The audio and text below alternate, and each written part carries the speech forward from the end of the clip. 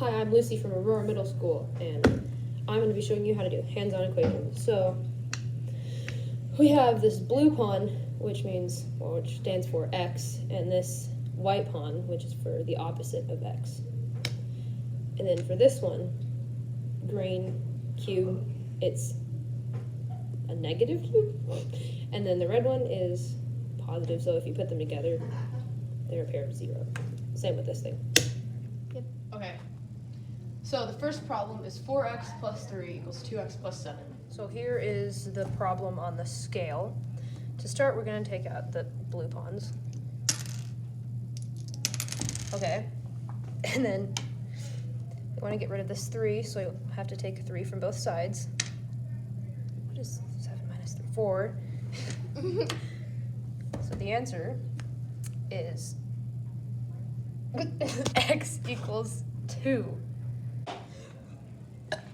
The next problem is negative 3x plus 2 equals negative 10 plus x. Okay, here is the problem or equation on the scale. We have to try to get rid of, no we don't, we have to get rid of this blue thing by adding a white pawn both sides, which makes this is a pair of 0. You can take that away. And then we have to get rid of this 2 on that side, so in order to do that, we have to add a green 2 to both sides. This is a pair of 0. So now we have 12, and x equals negative 3. Yeah. Yes. Equation big 3, opposite of 3x plus 5 plus x equals 2x plus negative 3. Here is the final equation, what it looks like on the scale. So to start, we can take off these two because they're on the same side, they're a pair of 0. And then next we can add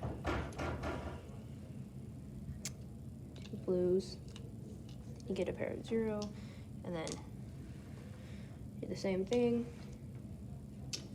And then we want to try to get rid of this 3 here. So we're going to add a positive 3 to both sides. So now this is 8 and this is a pair of 0, so it can go bye-bye.